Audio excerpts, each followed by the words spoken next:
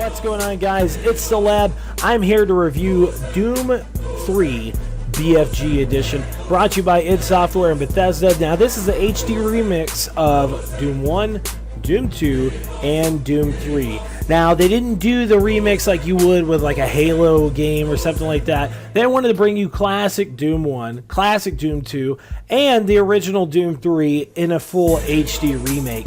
And I think it's definitely something that you need to buy. If you are a first-person shooter fan, go out and buy this right now, because it's flippin' amazing! It's one of those games that really ushered in shooting in the games industry as first-person shooting. Like, this is the roadway. Follow what we're doing because we're amazing. So let's go ahead real quick and talk about Doom 1.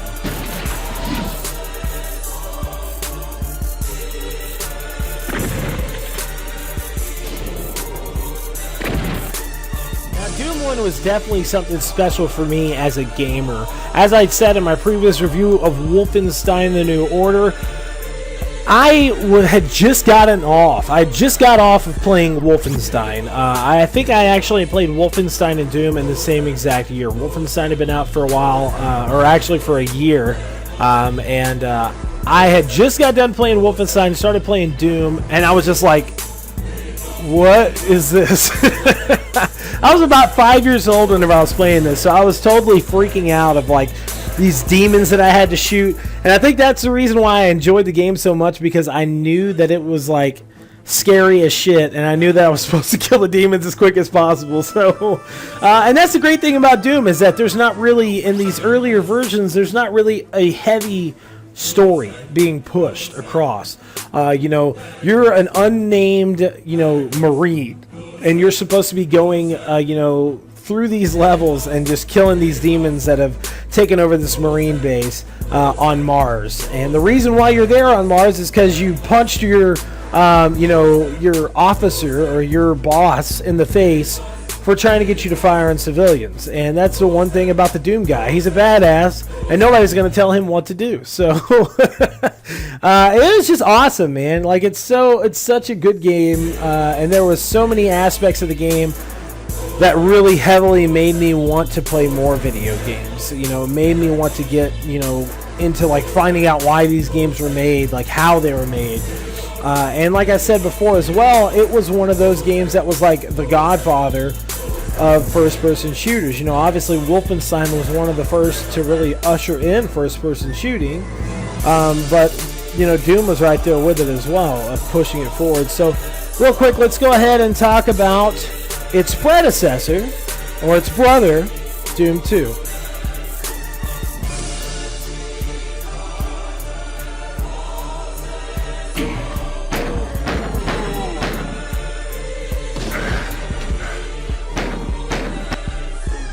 Now, the crazy thing about Doom 2 is that it's obviously pretty much the identical game of Doom 1.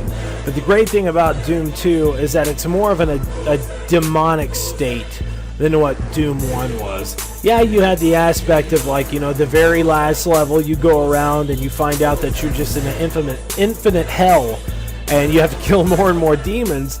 But, you know, the fact is in this one, you're still in a military base, but you see a lot more in the game in the demonic sense of, like, these crazy creatures that are flying at you. There's a lot of levels that you go around, and, you know, you actually are, like, there's lava around here, or there's, like, red skies, and there's demons shooting green plasma shit out of their hands, and it was a lot more of a more intense title for me whenever I was younger playing it, because I was like, holy shit, I'm scared as fuck while I'm playing this right now. So it was definitely something creepy, gory, and something that was, like I said, even though it already came out previously with Doom 1, it was something different, something intense, something that pushed the envelope whenever it came down to first-person shooting. And that's what Doom has always been, you know, kind of the you know, trophy of first-person shooting. It's always been up there of saying, if you're going to make a first-person shooter, at least make it as good as Doom was, or try to follow the same, you know, limelight that they had. So Doom 1, Doom 2, great titles. Let's talk about Doom 3 real quick.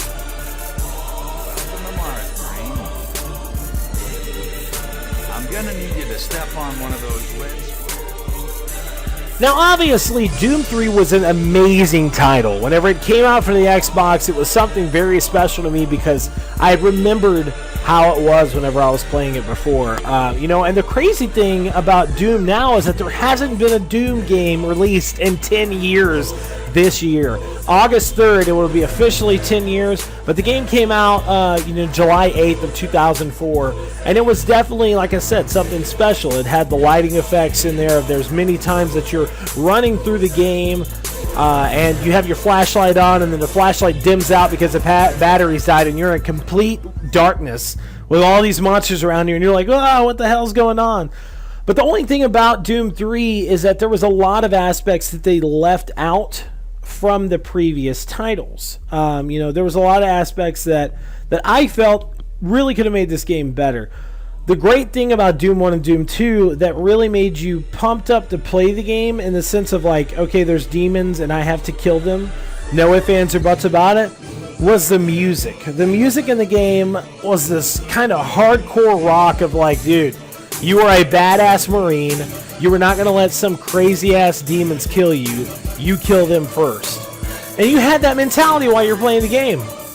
In this game, they kind of pushed it more in the fact of like a story-driven horror title.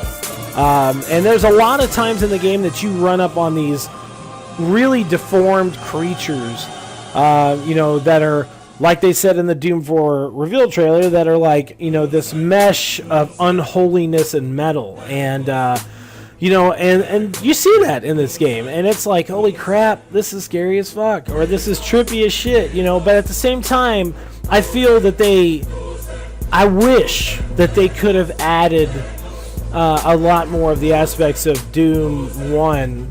Not in the sense of like, they shouldn't have done as much story, but more in the sense of like they should have made your character a little bit more badass. Maybe have that hardcore kind of metal playing in the background while you were killing. You know, that could have maybe added to it as well. So I don't know, that's just my perspective.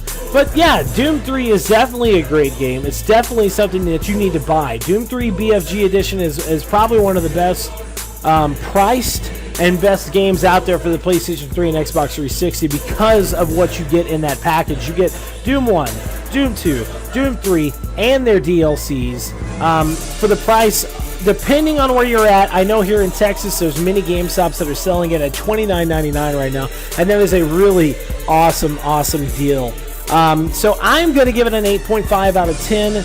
Make sure to check out secondopinionbod.com for the latest and greatest gaming news, previews, and much more. Also, stay tuned on the video. I'm going to have the Doom 4 reveal trailer from E3 in this video as well.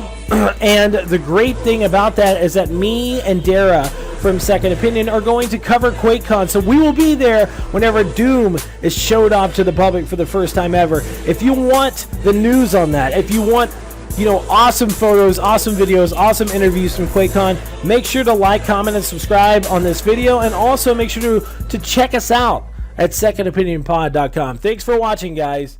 Peace out.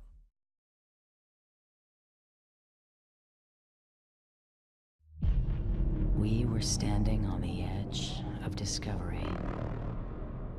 A powerful technology with infinite possibilities. Instead, we let them in.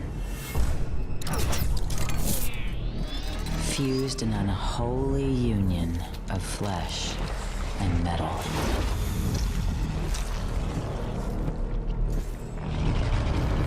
Now this brave new world has gone to hell.